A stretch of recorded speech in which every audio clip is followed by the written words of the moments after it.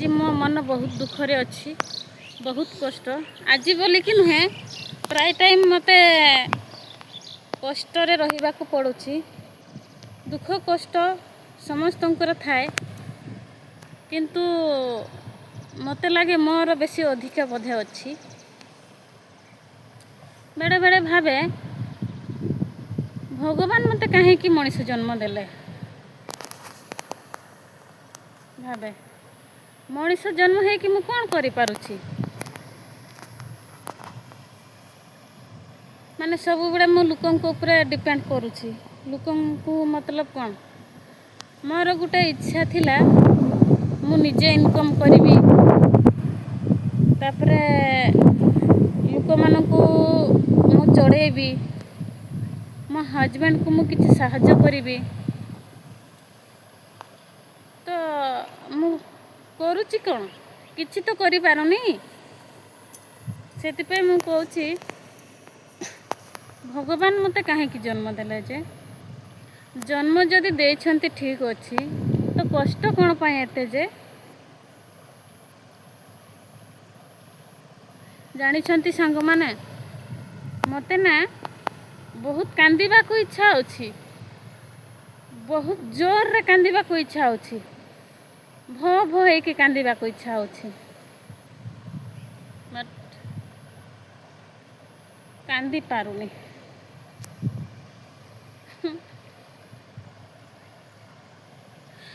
कांदी पारुनी मु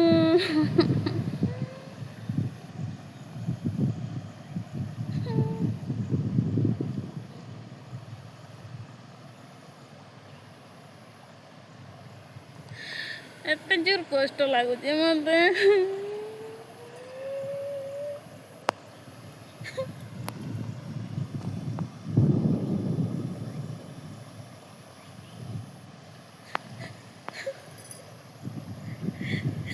किछि गोटे लाइफ रे करि पारुनी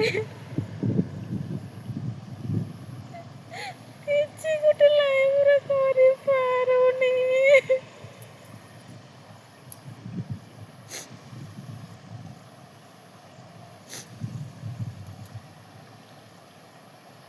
पिलाटी दिन मु कष्ट मस्ट पड़िली देखला बेड़ा को एबे भी मु किछि करि पारुनी एते बड़ है कि भी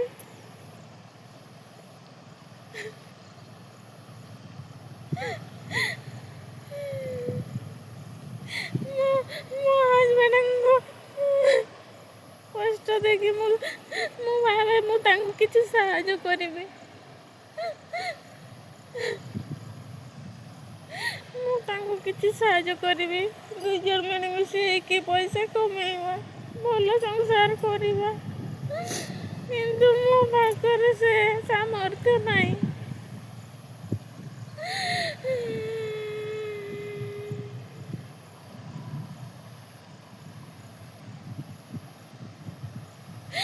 भगवान बोधे मते किछि टैलेंट दे नाहंती मते बस काम करिबा टैलेंट दे जंती आ किछि नाही।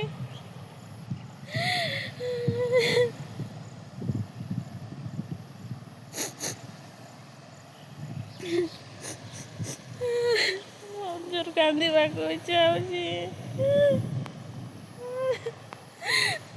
भाविली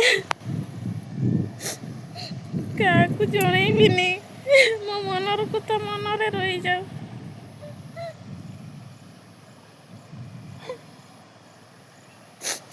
किंतु संभाली पारुनी।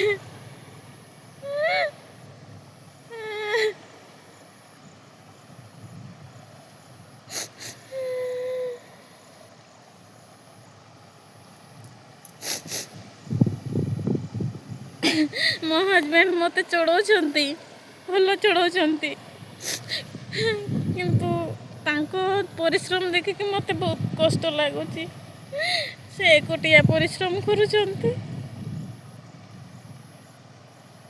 मते भी भगवान गुड़ हाथ देइछंती भलो गुड़ हाथ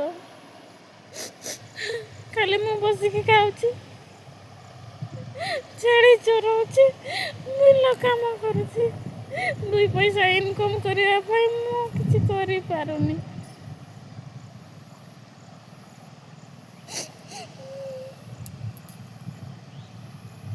ତାଠୁ ଅଧିକା ମୋତେ ଯନ୍ତ୍ରଣା ଦେଉଛି। ଆଜି ମୋ ପାଖରେ ପଇସା ନାହିଁ ବୋଲିକି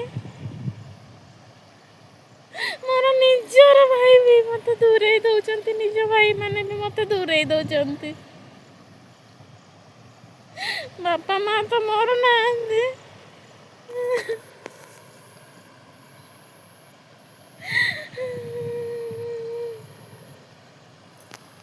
ଆଜି କାଲି ଯାହା ପାଖରେ ପଇସା ତା ପାଖରେ ସବୁ କିଛି, ଭାଇ ଭଉଣୀ ସମ୍ପର୍କୀୟ ସମସ୍ତେ ତା ପାଖରେ ଥାନ୍ତି।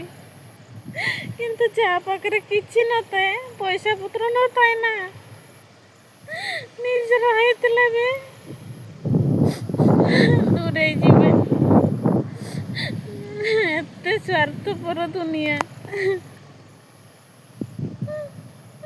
ମୋର ବାପା ମା ନାହାନ୍ତି, ମୋତେ ଭଲ ଭଉଣୀ ଗୋଟେ ଦେଇଥାନ୍ତେ ଭଗବାନ, ମୁଁ ତାଙ୍କ ସାଙ୍ଗରେ ହେଲେ ବି ସେୟାର କରିପାରିଥାନ୍ତେ ଏ କଥା ଗୁଡ଼ାକ। କିନ୍ତୁ ଦୁର୍ଭାଗ୍ୟବଶତଃ ମୋତେ ଭଉଣୀଟିଏ ବି ଦେଲେନି। ଭାଇମାନଙ୍କୁ ଦେଇଦେଲେ, ଭାଇମାନେ ଥୋଡ଼ି ନା ମୋ କଷ୍ଟ ବୁଝିପାରିବେ। ମୋ ପାଖରେ ପଇସା ନାହିଁ ବୋଲି ମୋ ଠାରୁ ଦୂରେଇ ଯାଉଛନ୍ତି। ଏମିତିକି ଫୋନ୍ ବି ରିସିଭ୍ କରିବେନି ସେମାନେ।